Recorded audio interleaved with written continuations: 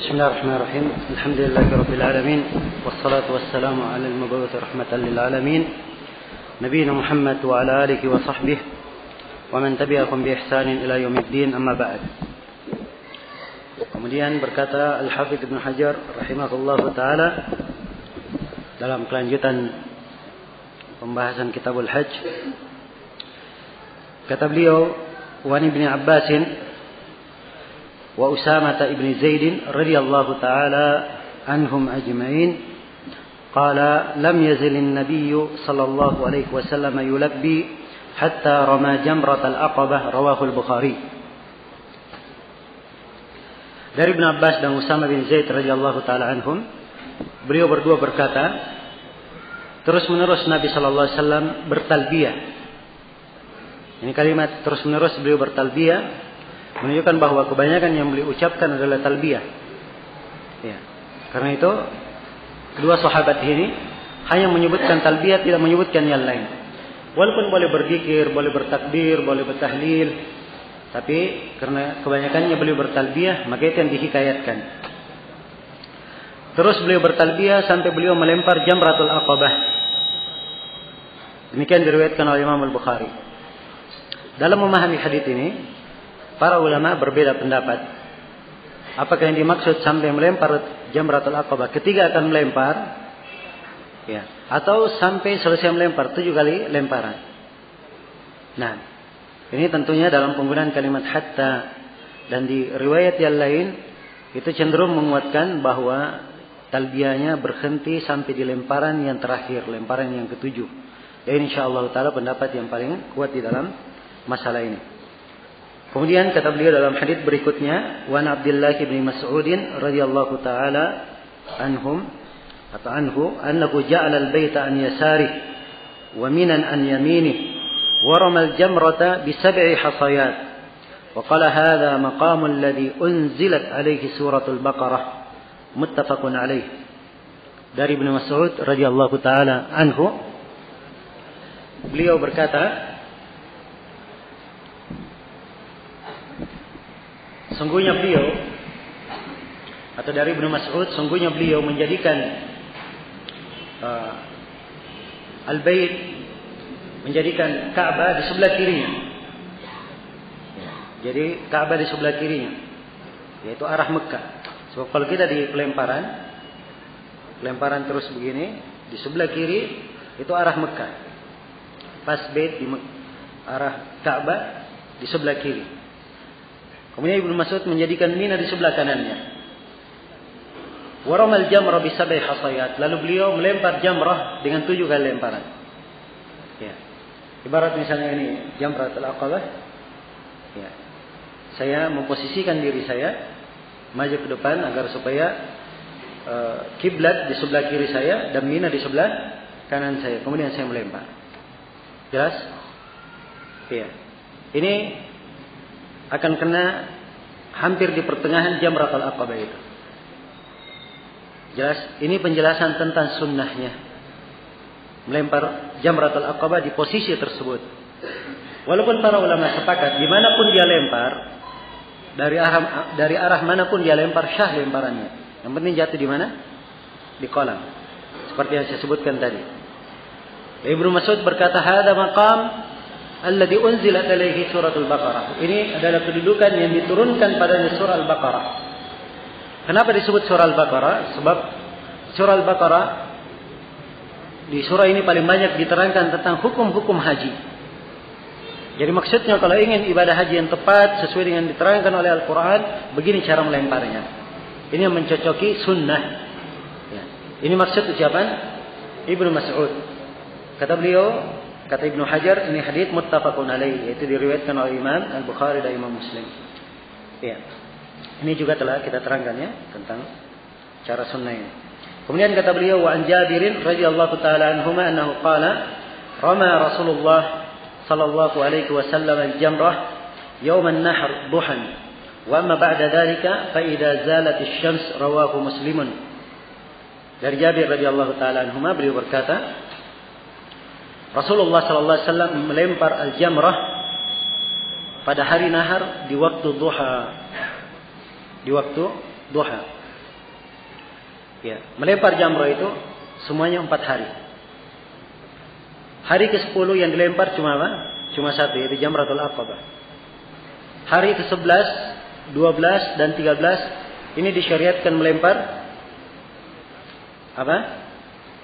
3 jamrah. Ya, 3 semuanya dilempar. Nah, dan tentunya dimaklumi ya, ada namanya nafar awal dan ada namanya nafar tsani. Orang yang ingin mabit di Mina cuma 2 hari, maka setelah matahari tergelincir di tanggal 12 dia melempar. Setelah melempar dia langsung pulang ke Mekah. Ini tidak ada masalah. Tapi kalau dia ingin lebih afdal, dia bermalam sehari lagi. Bermalam sehari lagi. Setelah matahari tergelincir, dia kembali ke Mekah. Tapi kalau dia bermalam sehari lagi sampai tanggal 13, maka hati-hati jangan sampai keluar dari Mina setelah matahari terbenam. Sebab siapa yang keluar dari Mina pada tanggal 13 setelah matahari terbenam baru dia keluar, maka dia meninggalkan kewajiban. Dan ini sebab wajib keluar dari Mina sebelum matahari terbenam, maka dia wajib membayar apa? Membayar dam. Iya. Jelas ya? Di hari pertama Nabi melempar di waktu duha. Waktu duha itu adalah waktu setelah matahari naik tinggi, ya, setinggi setombak sampai sebelum matahari tergelincir. Itu waktu duha. Jadi beliau melempar di waktu tersebut. Ya, di tanggal 10 sudah saya terangkan bahwa waktu pelemparan setelah matahari terbit, dan ini terus berjalan walaupun sampai malam. Bagi siapa yang terlambat, boleh dia melempar di malam hari. Jelas ya, ini di hari Nahar. Khusus untuk tanggal 11, 12 dan 13 waktu pelemparan dikatakan di sini amma ba'da dzalika. Adapun setelah hari Nahar, setelah hari Nahar berarti apa? Tanggal 11, 12 dan 13. Itu melemparnya setelah matahari tergelincir. Ya, setelah matahari tergelincir yaitu setelah masuk waktu duhur. Begitu maksudnya. Ya. Dan ini saya sudah ingatkan bahwa di sini banyak kesalahan yang terjadi pada jemaah haji. Mereka melempar sebelum apa? Sebelum matahari tergelincir, di waktu pagi, di waktu subuh, bahkan ada yang tengah malam sudah melempar. Ya. Sudah melempar. Dan ini kesalahan, tidak syah melempar seperti ini. Siapa yang melempar seperti itu, maka dia wajib mengulangi lemparannya. Kalau dia tidak mengulangi lemparannya, maka dia telah meninggalkan kewajiban di dalam ihram. Meninggalkan kewajiban dalam ihram, kenapa? Kena dam. Ya. Jelas ya? Maka ini harus diperbaiki. Hadits ini dikeluarkan oleh Imam Muslim. Kemudian kata beliau, rahimahullah, ya sebelum saya lanjutkan, saya teringat sebuah perkara berkaitan dengan hari Nahar. Ya. Setelah kita ketahui bahwa pada hari Nahar ada 3 amalan yang dengannya seorang dikatakan apa? Tahallul. Iya. Apa itu? Melempar Jamratul Aqabah, terus mencukur, kemudian tawaf. Jadi kalau dia sudah melempar Jamratul Aqabah, sudah mencukur, boleh dia pakai baju biasa atau tidak? Boleh. Kan begitu? Dia sudah tahallul awal. Iya. Datang dalam sebagian hadis dikatakan kalau dia sudah tahallul awal, sudah tahallul, kemudian matahari terbenam di tanggal 10 dan dia belum tawaf, maka dia berubah kembali menjadi muhrim. Berubah kembali menjadi apa? Menjadi muhrim kembali. Tahallulnya terangkat. Iya. Ini hadis dikuatkan oleh Syekh Al-Albani dan beliau membangun pendapat di atas hadis ini. Membangun pendapat di atas hadis ini. Tapi yang menjadi letak iskal, ini hadis menurut Imam At-Tabari rahimahullahu taala, ini hadis tidak seorang ulama pun yang beramal dengannya. Ya. Tidak seorang ulama pun yang beramal dengannya. Dan saya tidak mengetahui ada seorang masyayikh dari ulama kita di masa ini yang memberi fatwa kembali menjadi ihram dalam keadaan itu selain dari Asy-Syaikh Al-Albani rahimahullah. Ya. Syekh bin Baz, Syekh Ibnu Utsaimin, Syekh Shalih Fauzan, Syekh Ahmad An-Najmi. Ya, semuanya memberikan fatwa seperti umumnya para ulama. Ini masalah yang ingin saya ingatkan. Ya. Dan insyaallah taala itu yang kuat bahwa tetap ya, dilakukan, tetap dia dianggap sebagai ihram, sebagai orang yang muhrim. Ya. Adapun pemahaman dari hadis tersebut, Imam At-Tirmidzi menyebutkan pembahasan di dalam Al-Ilal, di awal kitabnya Al-Ilal, ini pembahasan hadis, ada sebagian hadis yang kadang dilemahkan karena para ulama sepakat untuk tidak beramal dengannya. Dan ini pembahasan lain, saya tidak ingin panjang lebar dalam masalah ini. Saya hanya ingin menyampaikan ya, uraian pendapat sebab ya, saya tahu bahwa biasanya salafiyun kalau haji ya, apakah bacanya buku Syekh bin Baz, Syekh Ibnu Utsaimin atau Syekh Al-Albani. Maka ini masalah kadang ada, kadang-kadang membuat bingung sebagian orang yang membacanya. Maka itu tadi uraiannya. Nah, baik, kembali kita lanjutkan hadisnya. Kata Ibnu Hajar rahimahullahu taala, an Ibnu Umar radhiyallahu taala anhuma annahu kana yarmil jamrata ad-dunya bi sab'i hasayat. Dari Ibnu Umar radhiyallahu taala anhuma, sesungguhnya beliau melempar jamrah ad-dunya, jamrah yang paling bawah. Ya. Jamrah ad-dunya inilah yang tadi saya katakan jamratus sughra yang paling awal. Ibnu Umar melemparnya dengan 7 batu. Yukabbiru ala ithri kulli hasatin. Beliau bertakbir di belakang setiap batu yang beliau lempar. Jadi beliau lempar sambil mengucapkan apa? Allah Akbar. Thumma yataqaddam, thumma yushil, fayaqumu, fayastaqbilu al-qiblah, fayaqumu tawilan, wa yad'u, wa yarfa'u yadayhi, thumma yarmil wusta. Ya. Setelah melempar jamrah pertama ini, beliau melempar jamrah pertama, maka setelah itu beliau maju. Ya, maju sedikit. Ya. Kemudian yushil. Nah, maksudnya yushil itu beliau agak menjauh dari tempat pelemparan supaya menggampangkan orang lewat. Lalu beliau berdiri menghadap kiblat. Ya, menghadap kiblat kemana kalau orang ini dari pelemparan ke arah kiri. Ya, kalau dia masuk dari arah kiri jamrah, dia balik ke kiri. Ya, kalau dia masuk dari arah kanan jamrah, dia sudah menghadap kiblat. Jelas ya? Jangan kiblat. Jadi setelah melempar pertama, ini hukum yang berkaitan dengan tanggal 11, 12, 13. Sebab berdoa ini hanya di tiga jamrah ini pada 3 hari saja. Kalau Jamratul Aqabah tidak ada doanya. Tidak ada berdiri berdoa di Jamrah Al-Aqabah. Ya. Jadi tanggal 11 melempar jamrah yang pertama, minggir dikit menghadap kiblat berdoa. Ya, boleh berdoa lama di situ. Doa apa saja. Nah, syariatkan berdoa. Jelas ya? Ibnu Umar melakukan, beliau berdiri menghadap kiblat, beliau berdiri lama sekali. Berdoa, beliau mengangkat kedua tangannya. Ya, beliau mengangkat kedua tangannya berdoa. Ini syariat mengangkat kedua tangan di sini berdoa. Jelas ya? Ya, thumma yarmil wusta. Tapi sekarang ini dalam masalah berdoa, ya, seorang hendaknya memilih doa yang terbaik yang dia akan doakan. Ya. Demikian seorang ketika berdoa dia prioritaskan yang paling utama dia perlukan di dalam doanya, yang ingin dia minta. Ya, sebab biasanya di pelemparan jamrah, ya banyak polisi di situ yang menghalau orang yang berdiri sebab menghambat orang yang datang. Ya. Jelas ya? Ya, kalau sudah sangat ramai biasanya ada polisi yang menggerakkan supaya maju ke depan, melanjutkan melempar jamrah yang kedua. Jelas sampai sini. Yang jelas kapan dia bisa berdiri berdoa. Ya, dengan catatan tanpa apa? Tanpa mengganggu orang lain. Saya sudah sebutkan sunnah kalau dia kerjakan bisa mengakibatkan ya, mengganggu orang lain atau mengakibatkan mafsadat. Disyariatkan mengerjakan sunnah itu atau tidak? Ya, dia disyariatkan. Harusnya dia mendahulukan, menolak bahaya atau mendahulukan yang lainnya lebih penting. Baik. Kemudian kata beliau, "Tsumma yarmi al-wusta." Kemudian beliau melempar jamrah yang pertengahan. Wa ya'khudhu dzat asy-shimal fayushil. Setelah itu dia mengambil arah kiri.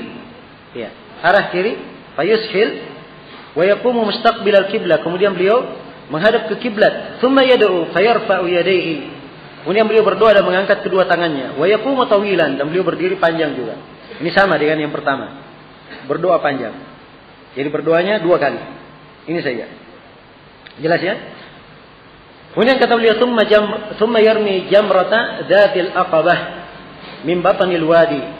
Kemudian beliau melempar jamrah aqabah dari tengah wadi. Ya, ini dulu ya, penghikayatan dulu di tengah lembah. Ya. Wala yaqifu indaha. Dan beliau tidak berhenti di situ. Tsumma yansarif, kemudian beliau pergi. Fayaqulu, beliau berkata, "Hakada ra'aitu Rasulullah sallallahu alaihi wasallam yaf'alu." Demikian saya melihat Rasulullah sallallahu alaihi wasallam mengerjakannya. Rawahul Bukhari. Hadis ini diriwayatkan oleh Imam Al-Bukhari. Nah. Kemudian kata beliau, "Wa anhu radhiyallahu ta'ala anhu anna Rasulullah sallallahu alaihi wasallam qala, Allahumma arhamil المحلقين قالوا والمقصرين يا رسول الله قال في الثالثة والمقصرين متفق عليه. Dan juga dari Ibnu Umar radhiyallahu taala anhuma, sungguhnya Rasulullah sallallahu alaihi wasallam bersabda, "Ya Allah, rahmatilah orang-orang yang gundul." Iya. Al-halq itu artinya menggundul habis. Iya. Nah, sekarang yang dinamakan halq itu kalau dia menggundul dirinya menggunakan silet, itu namanya apa? Halq. Kalau dia pakai gunting, ya, atau pakai alat itu namanya taksir. Namanya taksir. Jelas ya? Maka Nabi hanya mendoakan orang yang menggundul saja. Ya Allah, rahmatilah orang yang menggundul. Ya.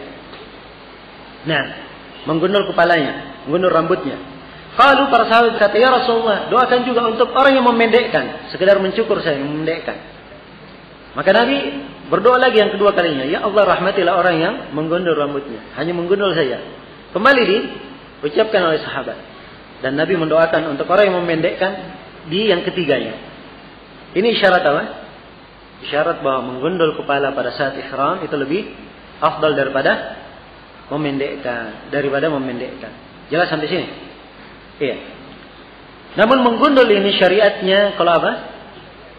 Kalau dia datang umrah satu, atau kalau dia haji qiran atau haji ifrad. Kalau haji tamattu afdalnya apa? Afdalnya kalau haji tamattu, kita lihat kalau jarak antara umrah dia dan hajinya masih jauh, masih bisa tumbuh rambutnya, afdalnya dia gundul. Tapi kalau jaraknya sudah dekat, maka afdalnya dia apa? Afdalnya dia pendekkan supaya di hari nahar bisa dia gundul. Jelas sampai sini? Baik. Ini kesimpulan tentang masalah mencukur rambut. Dan ini termasuk sunnah yang ya banyak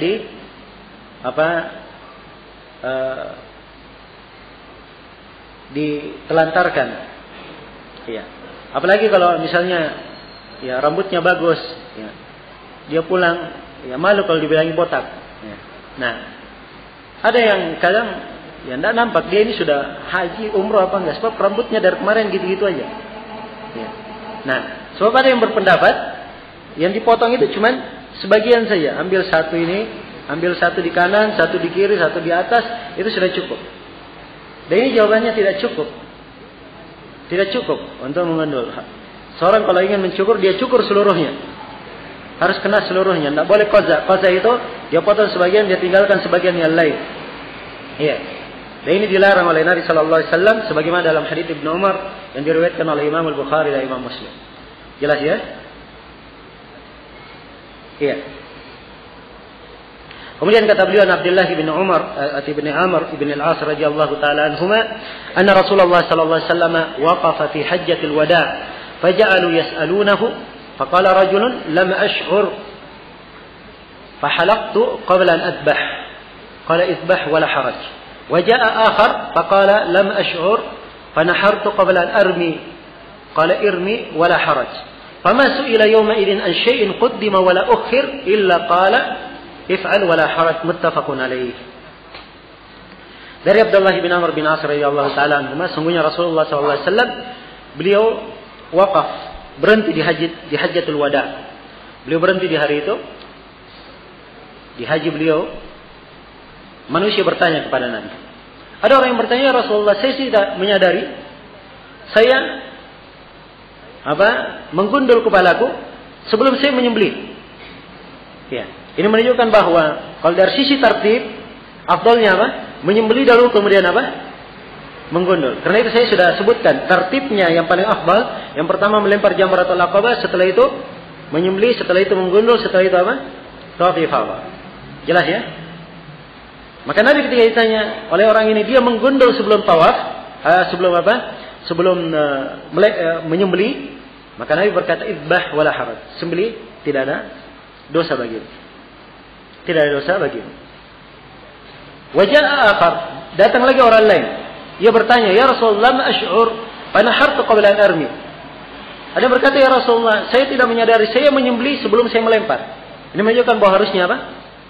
Melempar dahulu kemudian menyembelih. Kata Nabi, irmi wala haraj, lempar, tidak ada masalah. Ya, pamasu ila yawma idin, beliau tidak ditanya pada hari itu tentang sesuatu yang dikedepankan atau diakhirkan, kecuali beliau berkata, if'al wala haraj, kerjakan dan tidak ada masalah. Ya. Hadits ini muttafaqun alaih. Pertama, hadits ini menunjukkan bahwa syariat kita dibangun di atas kemudahan. Kemudian yang kedua, hadits ini harus diketahui di mana Nabi berdiri. Apakah di semua hari? Jawabannya tidak. Ini kejadian di hari apa? Hari Nahar. Amalan hari Nahar, apa saja yang didahulukan, diakhirkan, boleh saja. Dari 4 itu, didahulukan, diakhirkan, boleh saja. Tidak ada masalah. Ini di hari Nahar saja. Karena itu ucapan if'al wala haraj, ini kaitannya dengan apa? Hari Nahar. Iya. Dan belakangan ini muncul orang-orang yang miring pemahamannya. Ya. Ia mau menafsirkan if'al wala haraj pada semua amalan haji. Ya. Akhirnya bergampangan. Oh, saya belum kemarin saya tidak wukuf atau tidak tidur di Musdalifah. If'al wala haraj. Ya, kerjakan, tidak ada masalah bagimu. Ya. Kewajiban dia tinggalkan, kerjakan, tidak ada masalah bagimu. Dia mengambil hadis dan menggunakannya bukan pada tempatnya. Bukan pada tempatnya. Jelas sampai sini ya? Nah, maka hendaknya berhati-hati. Ada buku dibagi-bagi gratis di musim haji. Saya dapatnya dalam berbahasa Arab. Sudah semenjak 2 tahun ini dibagi-bagi gratis. Ya, ditulis oleh Salman Al-Auda. Ini orang memang ya berbalik berwarna-warni. Kemarin ekstrim, ya sekarang jadi orang yang bergampangan. Ya. Ahlul bidah seperti itu modelnya, enggak ada yang istiqamah di atas jalan yang lurus. Ya, berubah-ubah warna sesuai dengan keadaan dan kemaslahatan. Nah, dan ini buku telah dibantah oleh Syekhuna Syekh Abdul Muhsin Al-Abbad, membantah dalam sebuah risalah. Juga ada 2 buku yang lainnya membantah buku tersebut, ditakdim kedua buku tersebut dikasih pendahuluan dan dimuraja oleh Syekhuna Syekh Shalih Al-Fauzan. Nah, ya, menggunakan hadis ini dia lupa firman Allah Subhanahu wa taala. Allah firman, "Wa atimmul haji wal umrata lillah." Sempurnakan haji dan umrah untuk siapa? Untuk Allah. Kita diperintah untuk menyempurnakan. Mana kandungan dari ayat? Ya, kandungan dari ayat. Karena itulah sekali lagi ikhwani fillah, seorang itu ketika belajar memahami ilmu agama, dia harus mengambilnya dari guru, jangan asal baca saja. Wah, ini if'al wala haraj. Tidaklah beliau ditanya saat itu tentang apa saja yang dikedepankan dan diakhirkan, kecuali beliau berkata kerjakan tidak apa-apa. Kerjakan tidak apa-apa, kerjakan tidak apa-apa. Nah, ini membuka pintu bergampangan. Jelas ya? Ucapan Nabi ini diletakkan pada tempatnya. Ini diucapkan oleh Nabi di hari Nahar. Kaitannya di situ. Jelas ya? Kemudian dalam hadis berikutnya kata penulis rahimahullah, An-Miswar ibn Makhramah radhiyallahu taala anhuma, ya beliau dan sahabatnya, beliau dan ayahnya sahabat. Anna Rasulullah sallallahu alaihi wasallam nahar qabla an yahliq wa amara ashabahu bidzalika, rawahu al-Bukhari. Miswar berkata, sungguhnya Rasulullah beliau menyembelih sebelum cukur. Dan Nabi memerintah para sahabatnya untuk hal tersebut. Diriwayatkan oleh Al-Bukhari. Kalimat perintah di sini, perintah apa? Wajib atau sunnah? Sunnah. Sebab kalau wajib, tadi oleh Nabi sudah dikatakan, ya, bagi orang yang cukur sebelum lempar, Nabi berkata if'al wala haraj. Jelas ya? Ada dalam sebagian riwayat yang menjelaskannya. Nah, yang dikedepankan dan diakhirkan hari itu tidak ada masalah. Tapi ini hadits Miswar hanya menekankan apa yang kita terangkan sebelumnya, bahwa di dalam tertib afdalnya dia menyembelih dahulu kemudian cukur. Kemudian kata beliau Aisyah radhiyallahu taala anha qalat qala Rasulullah sallallahu alaihi wasallam idza ramaitum wa halaqtum faqad halla alaikum at-tib wa kullu syai'in illa an-nisa. Rawahu Ahmad wa Abu Dawud wa fi isnadihi dha'fun. Kata beliau dari Aisyah radhiyallahu taala anha, beliau berkata, Rasulullah sallallahu alaihi wasallam bersabda, apabila kalian telah melempar, ya, melempar apa ini? Jamratul Aqabah, dan kalian telah cukur, maka telah halal untuk kalian minyak wangi dan segala sesuatu kecuali perempuan. Ini yang disebut tahallul awal. Diriwayatkan oleh Ahmad, Abu Daud, dan dalam sanadnya ada kelemahan. Ya, dalam sanadnya ada kelemahan sebab dia dari jalan Hajjaj bin Arfa'ah meriwayatkan dari Az-Zuhri. Ya. Hajjaj bin Arfa'ah dhaiful hadits dan dia tidak pernah melihat Az-Zuhri apalagi mendengar darinya. Dan dia di dalam hadits ini mencampur-campur riwayat. Dan ini oleh Imam Al-Baihaqi dianggap sebagai hal yang menunjukkan hafalannya bercampur. Sebab Hajjaj bin Arfa'ah ini dilemahkan karena hafalannya yang bercampur. Nah, maka hadits ini lemah. Tapi kandungan dari hadits adalah benar. Iya, sebagaimana yang telah kita uraikan, ditunjukkan oleh riwayat-riwayat yang lainnya. Kemudian kata beliau rahimahullahu taala Ibnu Abbasin, ya, radhiyallahu taala anhu, Nabi sallallahu alaihi wasallam qala, "Laisa 'alan nisa halqun innama yuqassirna." Rawahu Abu Dawud bi isnadin hasan. Iya. Dari Ibnu Abbas dari Nabi sallallahu alaihi wasallam, beliau berkata, tidak ada atas perempuan mencukur. Ya, yang ada bagi perempuan hanya memendekkan. Gundul tidak boleh bagi perempuan. Ya, hanya apa? Memendekkan saja. Hanya memendekkan. Ini diriwayatkan oleh Abu Daud dengan sanad yang hasan. Nah, bagaimana memendekkannya sekadar apa? Diterangkan dalam nas yang lainnya, dipendekkan sekadar apa? Sekadar ujung jari, satu ruas jari. Jelas ya? Diambil dari sudut-sudutnya, rambutnya misalnya dikepang 5, dari sudutnya diambil sepanjang apa? Ruas jari. Jelas ya? Kemudian kata beliau dalam hadis berikutnya Ibnu Umar radhiyallahu taala anhuma, anna Al-Abbas bin Abdul Muttalib radhiyallahu taala anhu ista'dana Rasulullah sallallahu alaihi wasallam ay yabita bi Makkah layali mina min ajli saqayatihi fa adina lahu muttafaqun alaih. Dari Ibnu Umar radhiyallahu taala anhuma, sungguhnya Al-Abbas bin Abdul Muttalib paman Rasulullah sallallahu alaihi wasallam, Al-Abbas minta izin kepada Rasulullah untuk bermalam di Mekah di malam-malam Mina karena beliau ingin memberi minum dengan air Zam-Zam. Ya. Nah, dulu kalau orang memberi minum itu menimba dari apa? Menimba dari sumur. Dan menimbanya itu di waktu malam. Jelas ya? Menimbanya di waktu malam. Ditimba di waktu malam. Ya. Kemudian di hasil air yang ditimba ini diletakkan pada tempat minum, ditempatkan di jalan-jalan yang jemaah haji minum di situ.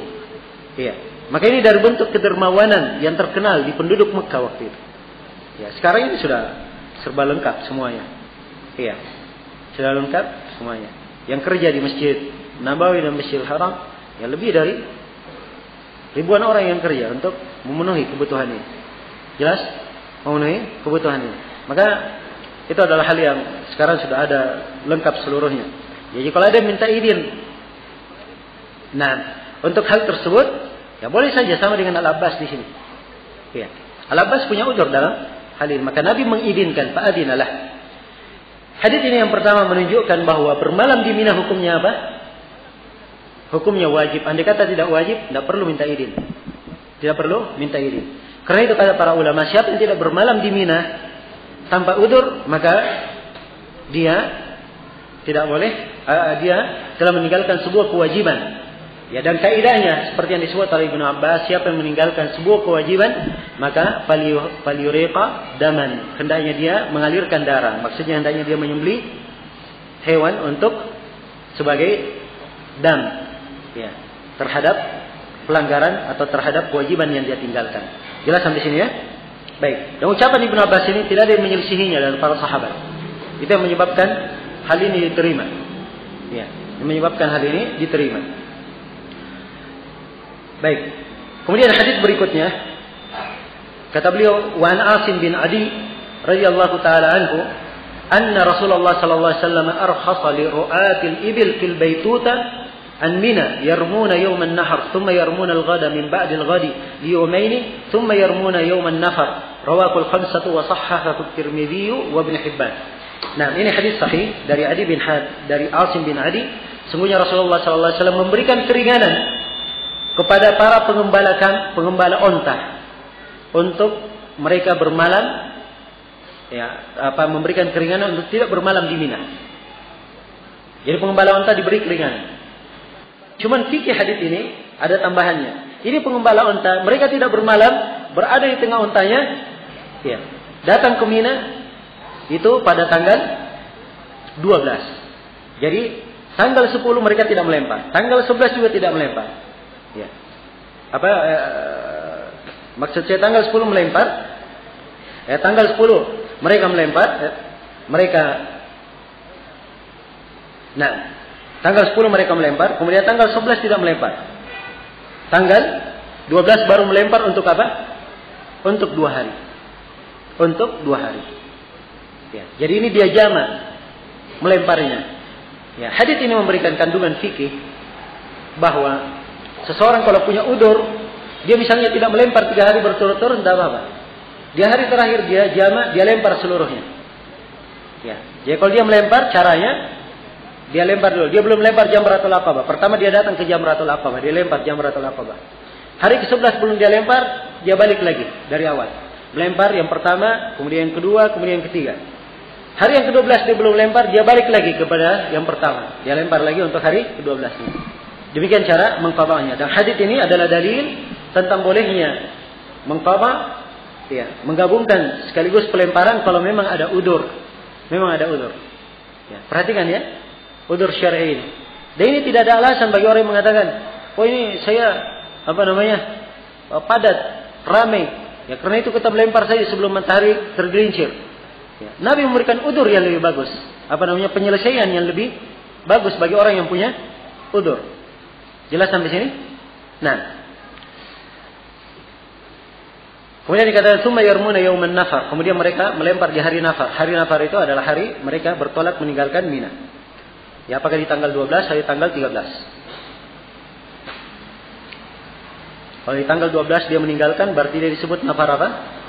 Nafar awal. Kalau dia meninggalkannya di tanggal 13, dia disebut nafar tsani. Baik. Kemudian kata beliau, wa Nabi Bakar radhiyallahu taala anhu annahu qala khatabana Rasulullah sallallahu alaihi wasallam yauman nahar. Al-hadits muttafaqun alaih. Dari Abu Bakar radhiyallahu taala anhu, beliau berkata, Rasulullah sallallahu alaihi wasallam berkhutbah kepada kami pada hari nahar. Al-hadits muttafaqun alaih. Nah, hadis ini dibawakan oleh penulis, beliau ingin menunjukkan bahwa ada beberapa khutbah yang dilakukan oleh Nabi. Kita sudah kenal dari khutbah di mana? Di Arafah, di Namirah. Nabi khutbah. Dan ada khutbah yang lain dalam riwayat-riwayat. Nabi pernah khutbah sebelum berangkat ke Mina hari Tarwiyah. Nabi khutbah di Arafah, dan ini di hari Nahar. Beliau khutbah. Jelas? Dan khutbah yang dimaksud di sini, para ulama ada yang menafsirkannya bahwa ini maksudkan dengan khutbah adalah wejangan yang disampaikan. Sebab bentuk wejangan, seperti Nabi bertanya, hari apakah ini? Para sahabat tidak menjawab, sebab mereka menyangka Nabi akan menamakannya dengan selain hari itu. Maka Nabi bertanya, bukankah ini hari Nahar? Ini yang disebut khutbah. Padahal konteksnya di dalam beliau bertanya kepada sahabat, kemudian menjelaskan hukum. Maka ini masuk dalam kategori khutbah. Adapun di Arafah ini adalah khutbah yang Nabi sallallahu alaihi wasallam menegaskan di dalamnya sejumlah perkara. Sampai beliau terangkan di situ masalah riba dan masalah-masalah yang lainnya. Karena itu di Arafah ini dari dahulu.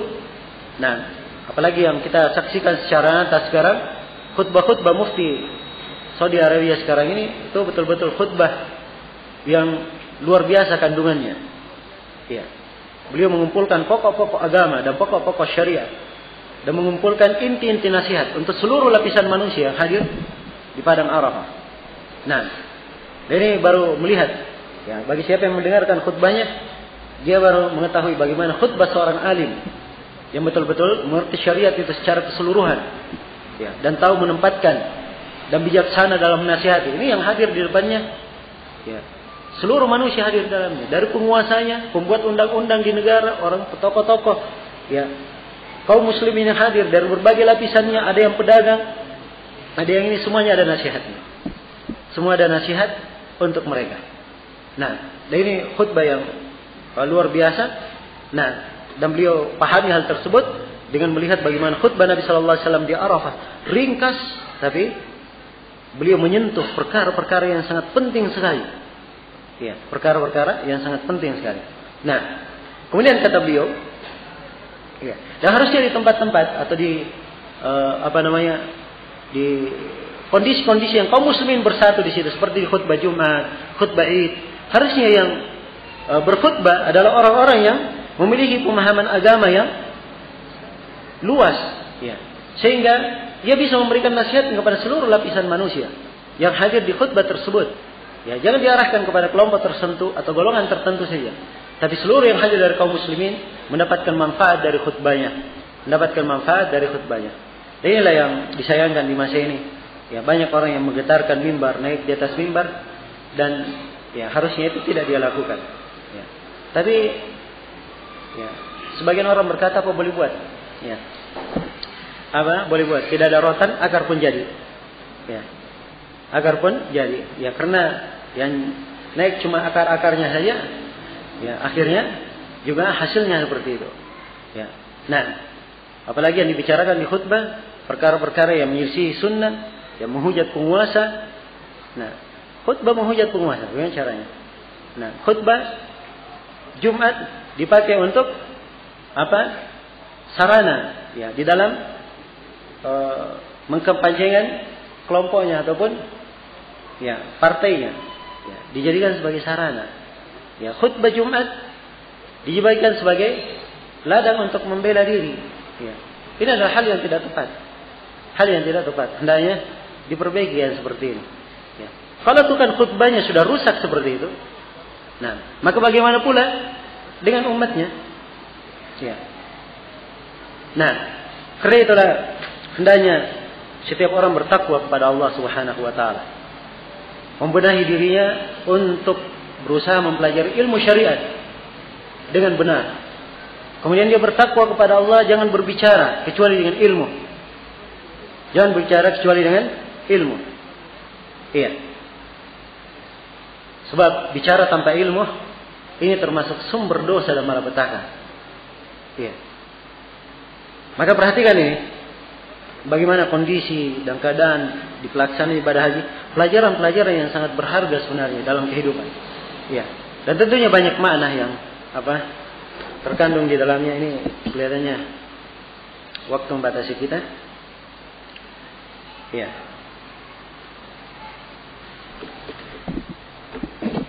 Baik, saya lengkapi dulu sampai akhir bab kelima, bab yang keenam. Bab yang keenam ini hanya berisi 3 hadits.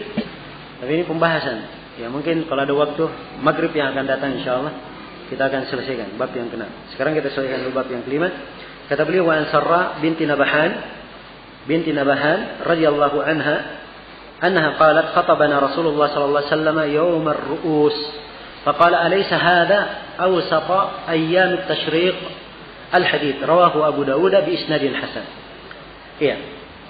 Hadits ini dikatakan oleh penulis dikeluarkan oleh Abu Dawud dengan sanad yang hasan. Di dalam sanadnya terdapat rawi yang bernama Rabi'ah ibnu Abdurrahman, dan dia di dalam Taqrib dikatakan oleh Al-Hafidz maqbul. Maqbul itu artinya maqbulun in tubi wa illa qalayyinul hadits. Maqbul kalau ada pendukungnya, kalau tidak maka dia lemah haditsnya. Lemah haditsnya. Jelas ya? Dan hadits ini dilemahkan oleh Syekh Al-Albani rahimahullahu taala dalam Dhaif Sunan Abi Dawud. Maksud hadits ini, Sarra bintu Nabahan bercerita bahwa Nabi berkhutbah di hari Ru'us. Hari Ru'us, ya, ini adalah hari ke-12. Ya, hari ke-12. Ya, kalau ayyamut tasyrik ada 3 hari, 11, 12, 13. Kan begitu. Hari Ru'us, Nabi berkata, bukankah ini pertengahan hari tasyrik? Ya, yaitu hari Ru'us, pertengahan hari tasyrik. Berarti dia tanggal apa? Tanggal 12. Dinamakan hari Ru'us. Ru'us itu jamak dari apa? Ra'sun. Ya, jamak dari kepala. Jadi hari kepala-kepala. Kenapa dikatakan hari kepala-kepala? So pada hari itu orang-orang makan kepala sembelihannya. Sudah sembelih di hari pertama, kedua, makan di kepala-kepala di hari ke-12. Jelas, makanya disebut hari ru'us. Baik, haditsnya lemah ya. Ya. Maksudnya di sini beliau bawakan dua hadits ini. Ibnu Hajar ingin menjelaskan khutbah-khutbah yang dilakukan oleh Nabi pada saat haji. Ada yang mengatakan khutbah Nabi itu cuma 3. Ada yang mengatakan 4. Ada yang mengatakan 4. Jelas? Ya. Kalau 4 ini dalilnya, tapi ini lemah yang mengatakan 4. 3 saya sudah terangkan tadi, ada 3 khutbah yang dilakukan oleh Nabi dan saya sudah rinci apa yang dimaksud dengan khutbah. Kemudian kata beliau dalam hadis berikutnya, wa an Aisyah radhiyallahu taala anha, anna Nabiy sallallahu alaihi wasallam qala laha tawafuki bil baiti wa baina as-safa wal marwati yakfiki li hajjiki wa umratiki, rawahu Muslimun.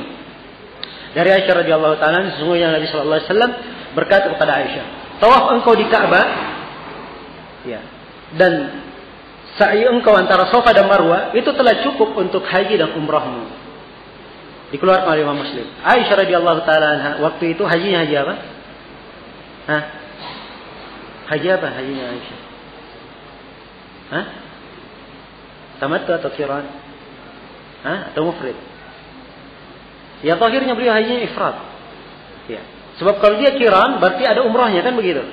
Kalau ada umrahnya tidak perlu disuruh Abdurrahman bin Abi Bakar mengantar Aisyah untuk umrah. Ya. Maka akhirnya beliau apa? Ifrad. Jelas ya? Ini yang paham. Maka tawaf beliau, kata Nabi, tawaf engkau di Ka'bah, sa'i engkau itu telah cukup untuk haji dan umrahmu, sekaligus haji dan umrah. Ya, disebut makna haji dan umrah ini mungkin hanya dari bab tajawuz dalam penggunaan. Iya. Dan saya telah terangkan di awal bab, ya, mana-mana penggunaan. Sebagian sahabat menggunakan makna kalimat tamattu untuk qiran. Untuk qiran. Digunakan kalimat tamattu untuk qiran. Dan ini istilah. Ya, diriwayatkan oleh Imam Muslim. Yang jelas di pembahasan ini, iya, di pembahasan masalah haji ifrad dan haji tamattu telah kita terangkan bahwa tawaf mereka, ya, tawaf kudum, ada tawaf apa? Tawaf ifadah. Tawaf kudum dan ada tawaf ifadah. Iya. Ini dua jenis tawaf yang mereka lakukan. Sa'inya cuma satu. Sa'inya cuma apa? Cuma satu bagi orang yang hajinya ifrad dan haji qiran. Haji ifrad dan haji qiran. Baik, kemudian kata beliau an Ibnu Abbas radhiyallahu taala anhuma, anna Nabiy sallallahu alaihi wasallam lam yarmal fi as-sab'i alladhi afadha fihi. Rawahu al-khamsatu illa at-Tirmidzi wa sahhahahu al-Hakim. Dari Ibnu Abbas radhiyallahu taala anhuma, sungguhnya Nabi sallallahu alaihi wasallam beliau tidak ramal kecuali hanya di 7 putaran yang beliau afadha di dalamnya. Ya, melakukan afadha di dalamnya. Dikeluarkan oleh Imam Dima kecuali At-Tirmidzi dan disahihkan oleh Al-Hakim. Disahihkan oleh Al-Hakim. Ya, ini hadis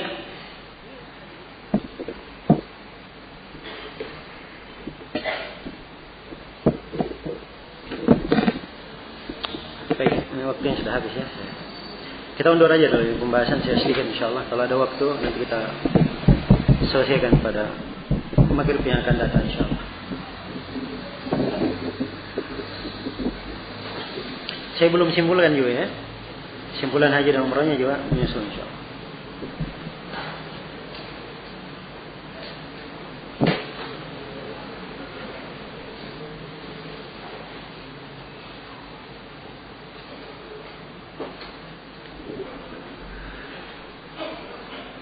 Kalau menulis pertanyaan 1 atau 2 pertanyaan saja.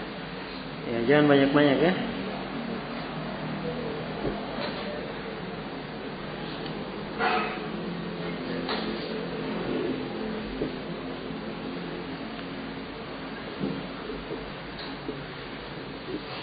Ini tidak berkaitan dengan materi. Saya dahulukan yang berkaitan dengan haji. Tolong periksa pertanyaan.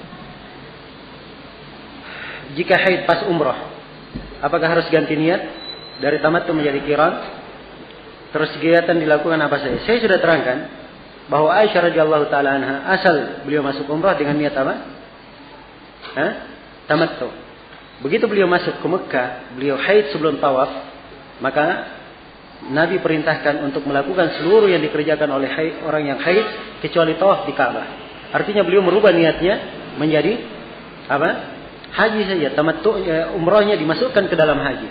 Umrahnya dimasukkan ke dalam haji.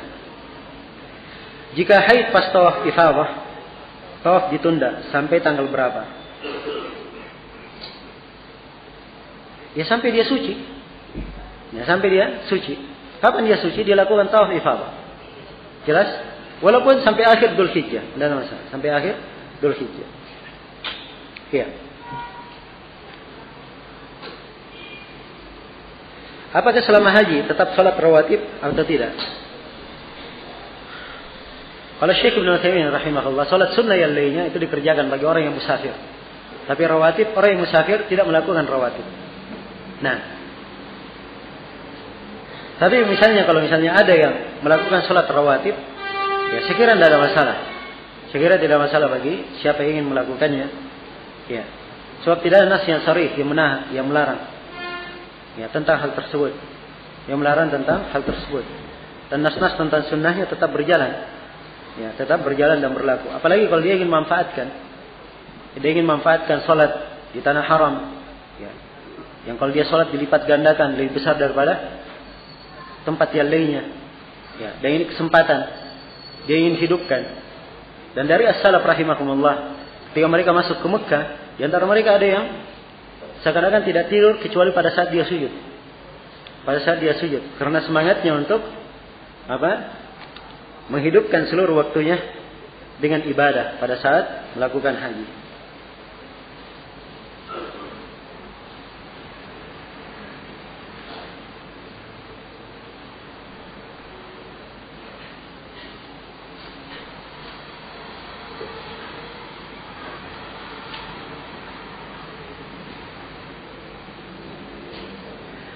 Seorang yang berhaji dengan istrinya, dan jika dia bersa'i berlari antara Marwah dan Safa, istrinya akan ketinggalan. Apakah boleh baginya untuk berjalan bersama istrinya? Ya. Seorang perempuan apabila melakukan sa'i, tidak harus dia ikut bersama suaminya, kecuali kalau dikhawatirkan harus didampingi. Maka kalau harus didampingi itu sunnah. Berlari itu hukumnya apa? Sunnah. Kalau dia harus menjaga istrinya, khawatir akan hilang misalnya, ya, atau khawatir, ya, akan masuk dalam desakan manusia akan membahayakannya, maka saya sudah sebutkan melakukan sunnah yang akan mengakibatkan doror bagi dia, ya, sunnahnya dia tinggalkan, dia temani istrinya. Kecuali kalau misalnya dia lari cepat. Begitu lari cepat depan, dia jalan biasa. Istrinya agak cepat sedikit langkahnya supaya bisa mengejar sambil dia tunggu. Ya, tidak ada masalah. Tidak ada masalah. Jelas ya? Nah, ini sebenarnya banyak yang antum dengarkan di sini. Itu teori sebenarnya. Ya. Kalau di praktek, ya, keadaan manusia sangat banyak. Ya, sekarang mau berlari manusia jalannya saja kayak semut. Bagaimana caranya dia berlari? Bagaimana caranya berlari? Ini mungkin berlari bisa dia lakukan kalau dia umrah. Itu pun umrahnya, ya, dia bisa berlari apabila dia umrah bukan dekat dari musim haji. Kalau sudah masuk 1 Dzulhijjah, itu tiap hari penuh, padat manusia. Ya, kalau bisa katakan dia berlari, itu sulit diketemukan peluang untuk bisa berlari. Kenapa padatnya manusia? Jelas ya? Baik.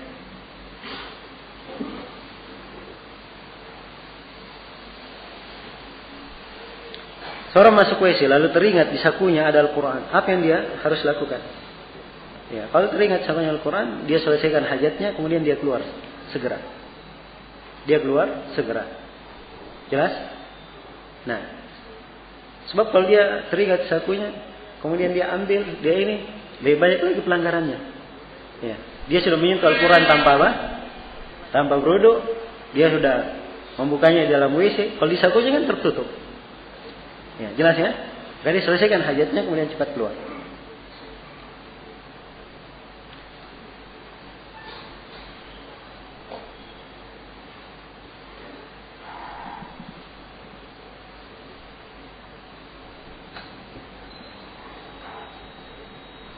Seorang yang berkunjung ke tempat keluarganya di Mekah pada bulan haji, lalu dia ingin haji, maka di manakah dia memulai tahallulnya? Apakah dia keluar dari Mekah atau mikot terdekat? Ini sekarang dia ke Mekah mengunjungi keluarganya. Niatnya apa? Berkunjung kepada keluarganya atau niatnya haji? Ya, itu harus ditanyakan. Kalau dia memang ada niat haji, maka walaupun berkunjung keluarganya dia harus ihram dari mikot. Dari mikot harus ihram. Jelas ya? Kecuali kalau memang niat asalnya hanya berkunjung ke keluarga, ya dia akan berkunjung keluarga. Ya. Begitu sampai di sana, ya, baru niatnya muncul akan apa? Akan haji. Maka ini tidak ada masalah. Dia ihram dari tempat tinggal keluarganya. Kalau memang untuk haji. Kalau mau umrah, maka umrah dia harus keluar ke tanah halal. Sebagaimana telah kita terangkan.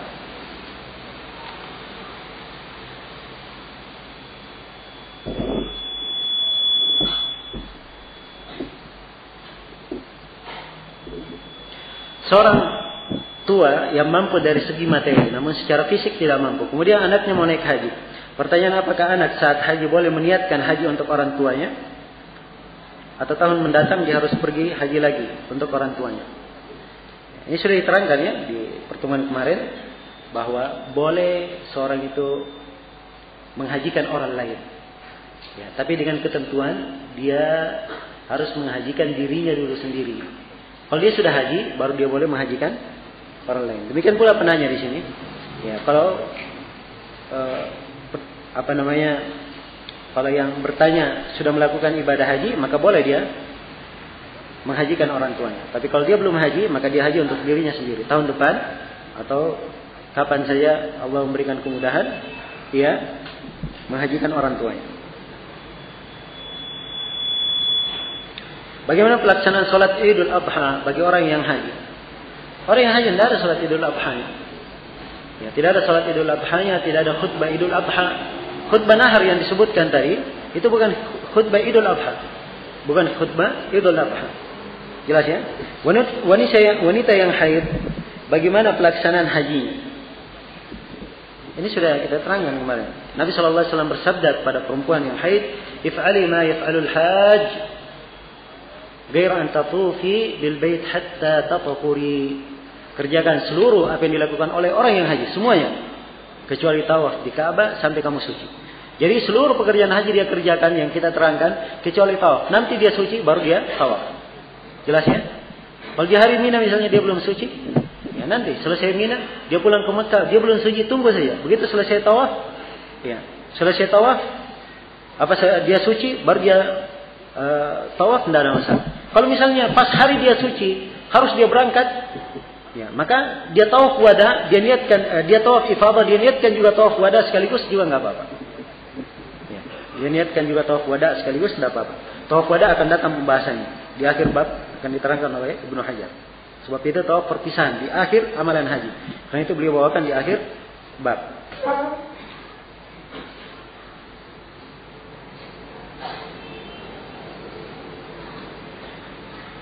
Apakah syariat mencium hajar aswad dilakukan setiap putaran tawaf atau cukup sekali saja? Setiap putaran kalau dia mampu dan dimudahkan untuknya. Jelas? Manakah pendapat yang rajih dari hukum umrah? Apakah wajib atau sunnah? Ya saya sudah sebutkan ya pada pertemuan yang telah lalu. Ya. Pada pertemuan yang telah lalu bahwa umrah menurut pendapat yang kuat dia juga adalah apa? Wajib. Dia juga adalah wajib. Ya, sebagaimana haji. Walaupun kewajibannya tidak sekuat kewajiban haji.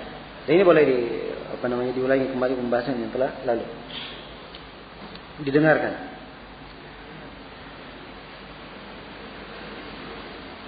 Apa bedanya tawaf ifadah dan tawaf wada? Ya, dari sisi pelaksanaan tidak ada perbedaan. Dari sisi pelaksanaan tidak ada perbedaannya. Ya. Dan tawaf wada akan datang penjelasannya nanti insyaallah taala.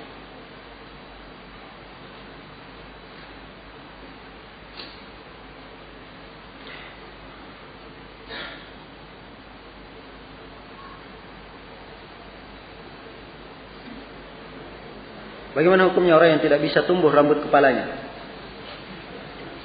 menunaikan ibadah haji? Apakah gugur hukum halq baginya? Nah, kalau dia tidak bisa mencukur, kepalanya. Ya. Maka dalam posisi ini dia dikatakan wajib. Ya wallahu a'lam.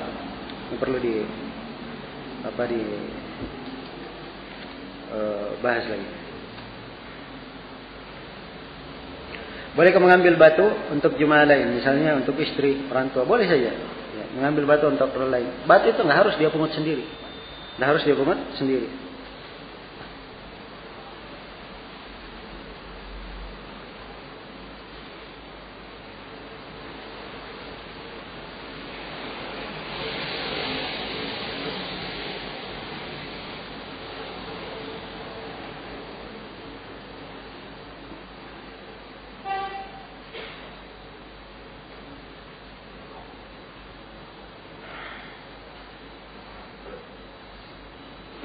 Mohon jelaskan kembali secara garis besar kesimpulan ketentuan-ketentuan fidyah ketika seorang melakukan larangan haji.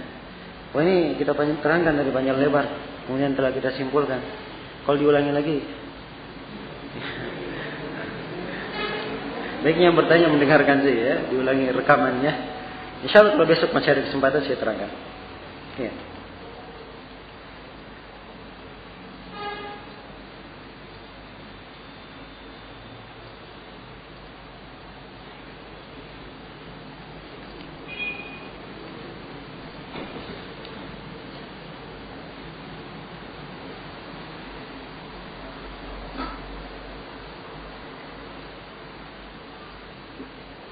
Apa bedanya ihlal dengan talbiyah? Karena sepertinya sama-sama mengucapkan labbaik. Itu penamaan lain ihlal, penamaan lain untuk talbiyah juga. Tapi ihlal juga kadang masuk di dalamnya makna dia mengucapkan lafaz manasik yang akan dia jalankan. Dia katakan labbaik Allahumma umrah atau labbaik Allahumma hajjan wa umrah. Ya, atau dia katakan labbaik Allahumma hajjan. Tergantung jenis nusuk yang dia gunakan. Apa beda kafarah dan dam? Ya. Ya, saya belum terangkan secara saya baru terangkan tentang kafarah untuk orang yang jima. Saya baru terangkan fidyah, tentang dam saya belum terangkan. Insyaallah akan datang penjelasannya. Belum saya sudah singgung, namun rinciannya akan saya terangkan lagi.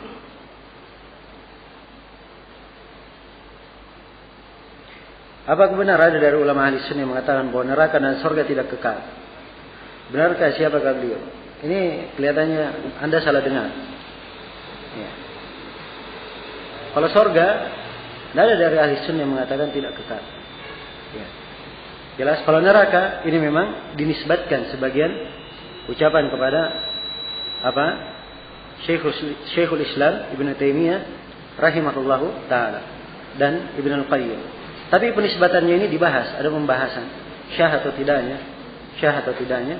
Jelas antum tidak perlu repot di dalam masalah ini. Benar atau tidak, itu tidak mempengaruhi. Siapapun yang mengucapkan, yang berpendapat, tidak mempengaruhi. Dari keyakinan ahli sunnah wal jamaah, surga dan neraka kekal selama-lamanya. Karena Allah subhanahu wa ta'ala menghendakinya untuk kekal. Selesai. Iya.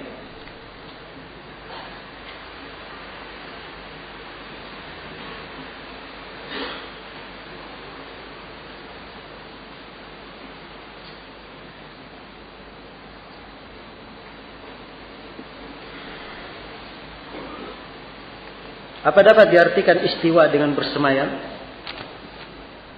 Jawabannya tidak cocok pengertiannya. Yang saya anggap penerjemahan Al-Quran istiwa diartikan bersemayam itu penerjemahan yang salah, keliru. Kalau kita periksa kamus bahasa Indonesia, bersemayam itu artinya apa? Duduk di atas sesuatu. Istiwa bukan duduk.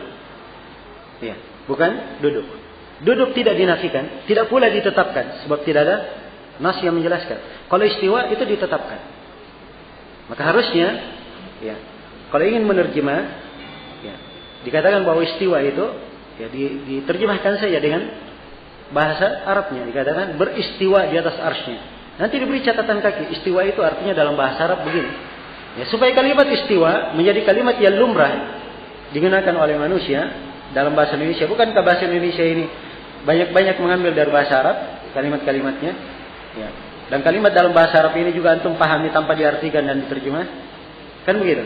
Yang penting kalimat istiwanya sudah dipahami apa maknanya, Ya, maka dia gunakan beristiwa, kalimat Allah beristiwa di atas arsy sudah cukup. Jangan diterjemah dengan bersemayam. Ya, jelas ya?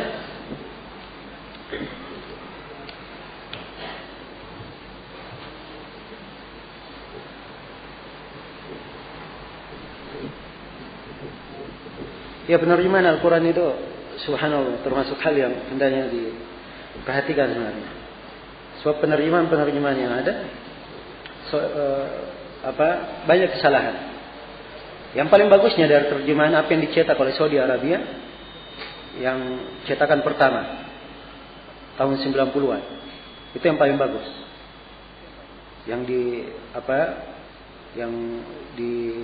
Terkumpul di situ ada Muhammad Hasbi Siddiq dan lain-lainnya. Nah, itu yang paling bagus dari cetakan yang ada. Adapun cetakan rekomendasi Depak yang paling terakhir ini tahun 2002 kalau nggak salah 2003 yang dipimpin oleh Quraish Shihab dan Muhammad dan Said Aqil, ini terjemahannya kaum Asy'ariyah. Ya. Terjemahan kaum Asy'ariyah. Antum akan dapati di situ ya, kedua tangan diartikan kekuasaan. Padahal di terjemahan yang dipakai oleh Saudi yang pertama itu tidak diterjemahkan dengan kekuasaan, diterjemahkan kedua tangan. Itu sudah bagus dan benar. Ya. Maka tergantung yang menerjemahnya. Maka ini termasuk sebenarnya hal yang penting dalam menerjemahkan makna Al-Quran. Ingat ya, menerjemahkan makna Al-Quran. Sebab Al-Quran itu tidak bisa diterjemahkan. Yang diterjemahkan adalah apa? Maknanya. Yang diterjemahkan adalah maknanya.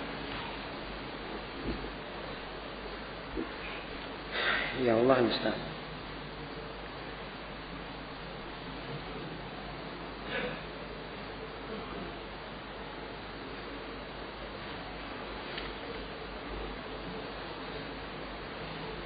Apakah boleh talbiyah dipimpin oleh seorang, kemudian diikuti oleh yang lainnya secara bersama-sama? Ini tidak boleh. Ya. Ini pelaksanaan ibadah haji seorang butuh penghayatan. Ya. Penghayatan dan dia memahami mana talbiyahnya. Ya, ini bukan acara baris berbaris, ya. Kemudian bukan acara grup band atau apa harus dipimpin oleh satu orang. Ya. Jangan hilangkan mana-mana ini dalam jangan masukkan mana yang jelek ini dalam pelaksanaan ibadah haji. Ya. Karena itu siapa yang ingin haji, dia siapkan dirinya dari awal. Nah, disiapkan dirinya dari awal. Kecuali kalau memang ada orang yang perlu dituntun, tidak apa-apa menuntunnya, perlu dituntun, diajarkan, ditalkin. Tapi bukan artinya bersama-sama. Ditalkin itu diperdengarkan supaya dia bisa mengikutinya.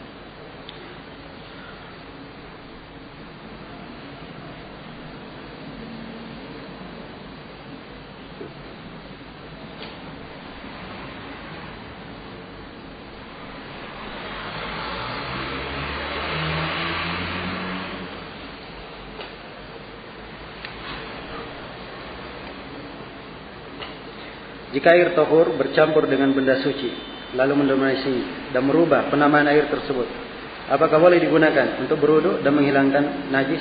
Ya, kalau sudah berubah namanya bukan air lagi, ya bukan air namanya. Jelas? Ya, air dicampur susu, ya itu susu namanya, bukan air. Dasyah berwudu dengannya. Ingat, berwudu.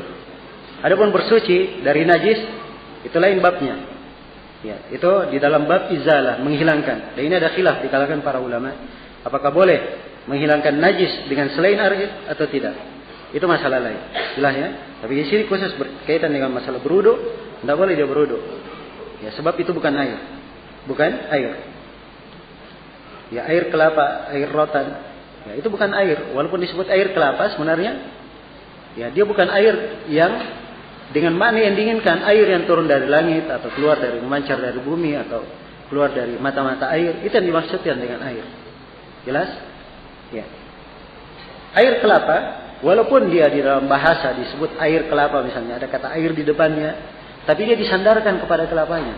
Kan begitu? Bukan air mutlak, air yang sifatnya memang yang dimaksud dengan air.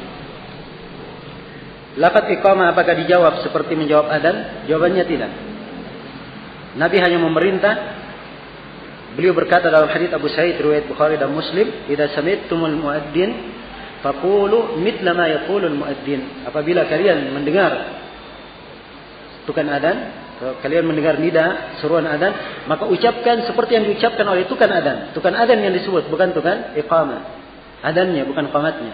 Karena itu qamat tidak ada, ya tidak dijawab. Ya. Dan ada yang menyebutkan bahwa kalau muadzinnya berkata pada qamatis shalah, dia baca aqamah Allah wa adamaha. Ini lemah dalam periwayatan, tidak kuat. Jelasnya tidak ada yang dibaca. Nah, tidak ada yang dibaca. Demikian pula yang biasa dibaca di masyarakat as-salat jami'ah rahimakumullah, dijawab oleh makmumnya salat la ilaha illallah. Ya, ini dari hal yang tidak ada syariatnya. Itu hanya istihsanat. Ya. Hanya istihsanat saja, anggapan baik dari sebagian orang. Coba orang-orang yang melakukan tanya, apa dalilnya? Ya, dia tidak akan mampu mendatangkan dalil tentang hal tersebut. Ya, karena itu sebenarnya agama ini mudah sebenarnya. Ya. Masalah agama itu tidak mungkin ada tuntunan agama tidak ada dalilnya, begitu saja. Siapa sih yang mengajarkan agama? Tanya kepadanya, dalilnya apa? Dalilnya apa? Selesai. Ya, saya kira kalau kaum muslimin semua prinsipnya seperti ini. Tiap kali ada masalah, tanya apa dalilnya, dan dia tunduk kepada dalil, pasti umat akan bersatu.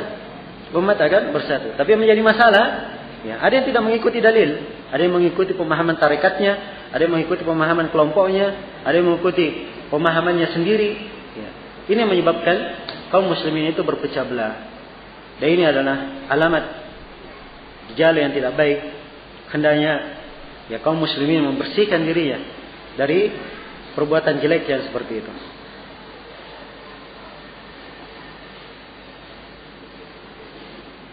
Ya.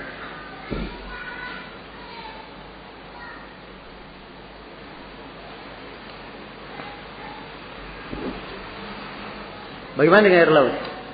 Bisakah dipakai berwudu? Ya, itu nas dari hadits Nabi sallallahu alaihi wasallam, "Huwa tahuru ma'uhu al-hillu maitatuhu." Dia adalah mensucikan airnya. Air laut itu mensucikan, bisa dipakai bertahar. Nah, menunjukkan bahwa air laut masuk dalam penamaan air mutlak yang boleh dipakai suci.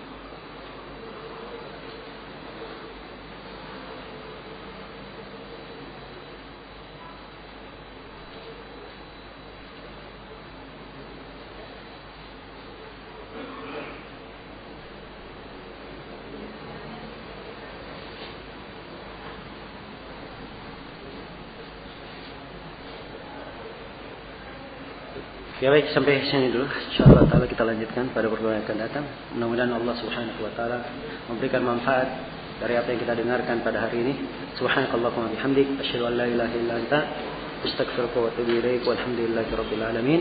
Assalamualaikum warahmatullahi wabarakatuh.